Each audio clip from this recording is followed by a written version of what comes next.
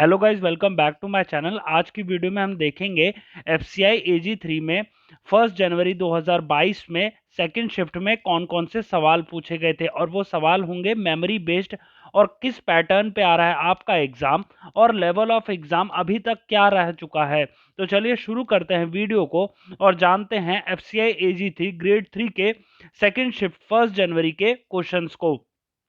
अब सबसे पहले मैं आपको बता दूं कि इंग्लिश का हम डिस्कस करेंगे कि इंग्लिश में कैसे क्वेश्चंस आ रहे हैं। इंग्लिश का लेवल आ रहा है इजी और उसके बाद स्टोरी बेस्ड एक आपका रीडिंग कॉम्प्रिहेंशन आया था जिसमें 7 क्वेश्चन थे और रीडिंग कॉम्प्रिहेंशन भी एज सच इतना टफ नहीं आ रहा, कंपैरेटिवली इजी है। एरर डिडक्शन के क्वेश्चन थे उसके 4 से 5 लेकर और उसके बाद मिसपेल्ट मतलब जैसे आपको किसी भी टाइगर की स्पेलिंग देती और पूछा कि GAR होगा या GER, तो ये आपके 3 हो गए रीडिंग कॉम्प्रिहेंशन, एरर बेस्ड, मिसस्पेल्ट। और नेक्स्ट है आपका आ रहा है सेंटेंस रीअरेंजमेंट मतलब PQRS वाले जो क्वेश्चंस होते हैं उनको सेंटेंस रीअरेंजमेंट बोलते हैं। तो ये हो गए आपके मोटा मोटा इंग्लिश जो आ रहे कंपैरेटिवली इजी आ रही है।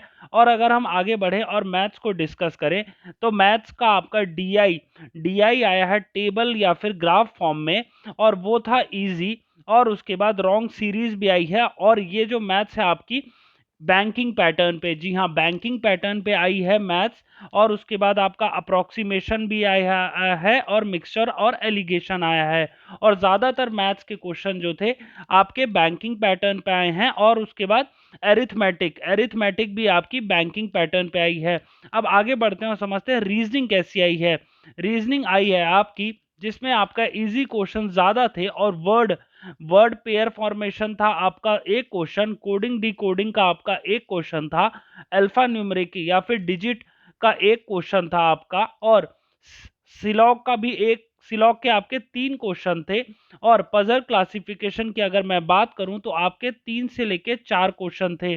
और एक क्वेश्चन और था वीक बेस्ड पे मतलब उसके रिगार्डिंग 5 क्वेश्चन थे टोटल वीक बेस्ड पे, जिसमें एक स्पेसिफिक मंडे से पूछा था कि ये डे आगे कर दो तो और तो कौन सा डे होगा, ऐसा कुछ वीक डे के रिगार्डिंग क्वेश्चन था। और सीटिंग अरेंजमेंट के आपके 5 क्वेश्चन थे। और रीजनिंग पूरी बैंकिंग पैटर्न पे थी, जी हाँ पूरी बैंकिंग पैटर्न पे थी। अब हम आते हैं लास्ट सेक्शन जो कि है हमारा जीएस आपकी जो है एसएससी फॉर्मेट के क्वेश्चंस आ रहे हैं। जैसे आप देखेंगे कि एरिया वाइज इंडिया की location country, number of countries में क्या होगी, जैसे इंडिया का जितनी एरिया है उसका जो रैंक होगी इंडिया की वो कौन सी होगी वर्ल्ड में, नीति आयोग कौन से ईयर में स्टैब्लिश हुआ था, और जो बीसीसीआई के हेड या फिर प्रेसिडेंट हैं वो कौन है। और नेबरिंग स्टेट के रिगार्डिंग भी क्वेश्चन आ रहा है कि ऐसा कौन सी कंट्री है जो इन इन स्पेसिफिक स्टेट्स को, या फिर कौन कौन से स्टेट्स हैं जो इस स्पेसिफिक कंट्री को बाउंड्री करते हैं, और इंडियन फ्लैग किसने डिजाइन किया था, और सोलर अलायंस मीटिंग का वेन्यू क्या था, ये क्वेश्चन पूछा गया है। और उससे पूछा गया है कि जैसे यूनिक आइडेंटिटी डिवाइस वाला जो होता है इसमें यू क्या होता है, जिसको आप आधार कार्ड में देखेंगे आपको पता ही चल जाएगा।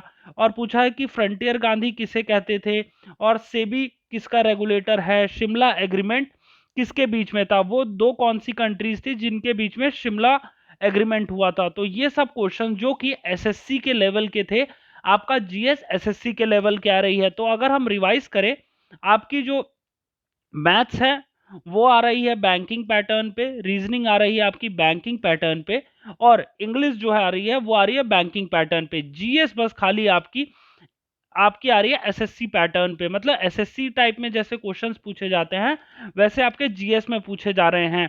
और एक और चीज, अगर मैं ओवरऑल कंसिडर करूं एग्जाम को, अगर आप एक तरह से सेक्शनल टाइमिंग हटा दें तो एग्जाम बहुत इजी है। एक सेक्शनल टाइमिंग मतलब ये आप जैसे आपने अगर नोटिस ध्यान से पढ़ा उसमें क्या है, 25 क्वेश्चन है, हर एक सेक्शन के लिए 15 मिनट, मतलब 15 मिनट में आपको इंग्लिश करनी है, 15 में रीजनिंग और 15 में न्यूमेरिकल, 15 में ही आपको जनरल स्टडीज। तो इस बेसिस पे अगर आप देखेंगे तो यही टाइमिंग थोड़ा सा एग्जाम को टफ बना रही है। अदरवाइज ऑल इन ऑल देखें तो आपका कंपैरेटिवली एक 80 एक गुड अटेम्प्ट है। जी हाँ गुड अटेम्प्ट मैं कह रहा हूँ, सेफ स्कोर नहीं। गुड अटेम्प्ट मतलब कोई कर रहा है तो बहुत अच्छे वो अटेम्प्ट हैं, क्योंकि पेपर भी एज सच इतना टफ नहीं है और सेक्शनल टाइमिंग थोड़ा सा हार्ड बना रही है पेपर को, अदरवाइज पेपर में आपको घबराने की कोई जरूरत नहीं है। आप जाइए, एग्जाम रिलैक्स होके देने जाइए और इस पोस्ट के लिए अपना सिलेक्शन लीजिए।